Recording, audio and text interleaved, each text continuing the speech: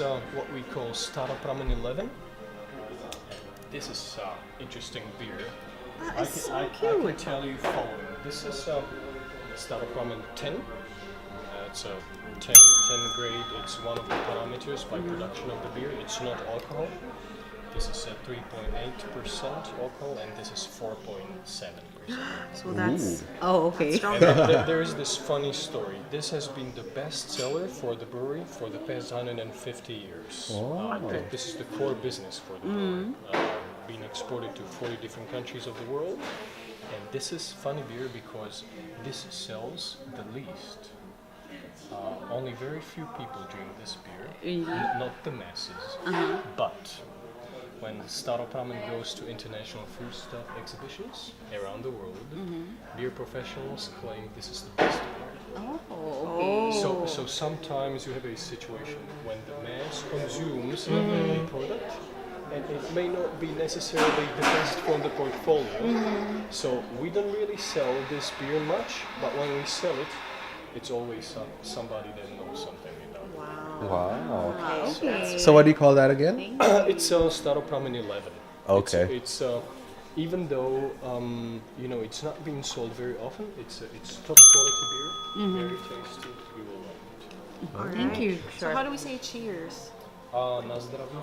Na zdraví. Na zdraví. Na zdraví. Okay. Na zdraví. In translation, it means to your health. Right. Oh. Thank you. Thank you. Tastes It's like so beer. clear. Yeah. So clean. Oh my gosh. So clean. Yeah, it's very So clean. clean. I love it. Yeah. I can drink this It's like I every can day. drink a lot of this. I think. There's no bitter aftertaste. It's very clean. You have to be careful Yeah, because when you're not used to drinking beer, the best thing is to combine beer with food. yes, Yes. that's true. With what, sorry? And we also just got back. It's our first day here in Prague and we're having lunch. Our friend here in Prague brought us here to Na Varandache and it's so good. So it's a microbrewery wherein they make their own beer. Now the engineers come here twice a day, just to make sure that the quality of the beer is good. So I just tasted the beer. Let me get it. Now, this beer tastes so clean. There is no bitter aftertaste at all. It's very clean. I can't believe I'm drinking such a great beer. I'm not a heavy beer drinker, but this hits the spot. I mean, I can drink a lot of this, and to be honest, I have the Asian flush. Now, I'll be red maybe later on, but we'll see with this beer. Now, if this beer is good, I shouldn't be red at all. Na Varandache serves traditional Czech cuisine, so we ordered a lot of food. We ordered the beef tartare, the pork knuckle, ordered the traditional beef tenderloin dish. I think it's called Svickova. I'll put it right here. So the secret beer's name is Staropramen 11, okay? I'm not sure if I'm pronouncing it right, but just order it. So if you can see this right here, it's basically Staropramen 11, okay? So it's around 4.5% alcohol. They don't serve it to the masses, okay? So only people in the know would order this beer. So if you order it, you're in for a treat, okay? The price here also is very affordable. It's not very expensive for the quality of food that they are serving. Now, this restaurant receives 13,000 guests a month, okay? And they're in the top 100 restaurants here in Prague. Now, if you're here, I highly suggest you come here. And I haven't even tasted the food yet. The service alone is very amazing. This pork knuckle has been marinated in beer and honey for 22 hours. And it's been slow cooked for an additional like 17 hours. So they say that this is their best pork dish. So let's see.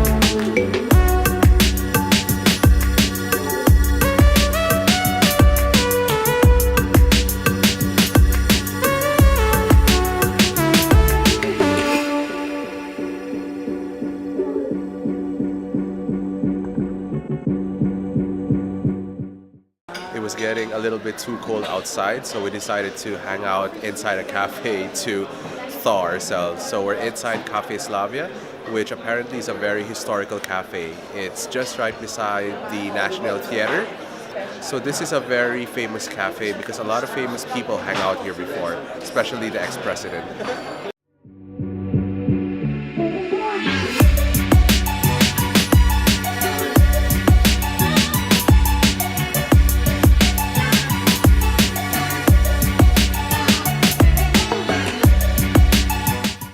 Now on Charles Bridge, and it's very busy. There's a lot of tourists. Right now it's around 3:30 p.m. and it's really hard to take decent pictures because, as you can see, there's a lot of tourists around. Charles Bridge is one of the top tourist destinations here in Prague, and it's very beautiful. There's a lot of statues along this bridge, which makes it really unique. It has a very old feel to it. As you can see, the colors of this area right here has changed is because people keep on touching it, and they touch it so much that they make wishes, so that's why the color is very different. So we just touched it and we made a wish, and hopefully it comes true. And speaking of making wishes, they also say that if it's your first time crossing a bridge, you should also make a wish. So we hope that our wish one day comes true.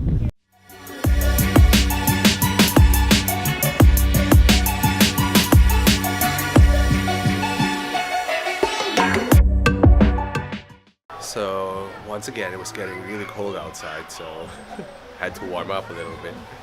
So we're inside a souvenir shop and we're shopping for some souvenirs, and we're getting a good price too. It's a little bit of a hike on the way to Prague Castle, so it's best if you take your time and not hurry. So enjoy the view.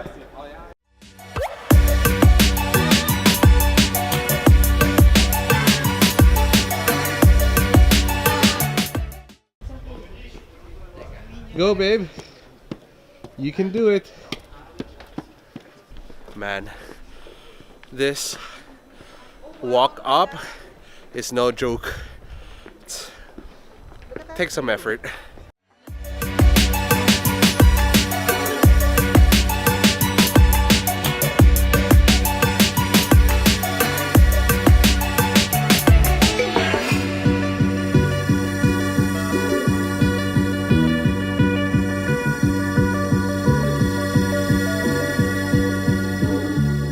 After all that walk, we are greeted with this view. It is so worth it. Look at that. This is the Prague Castle.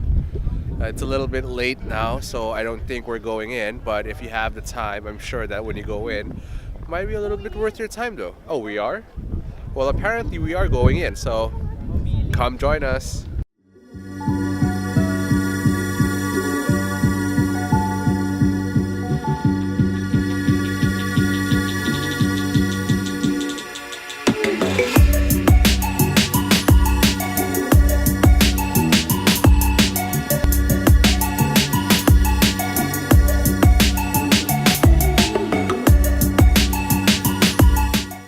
This is St. Vitus's Cathedral, and it's also located within the Prague Castle vicinity.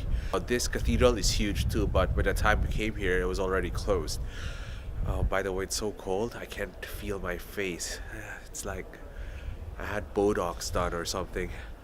I really can't feel my face. Now, this side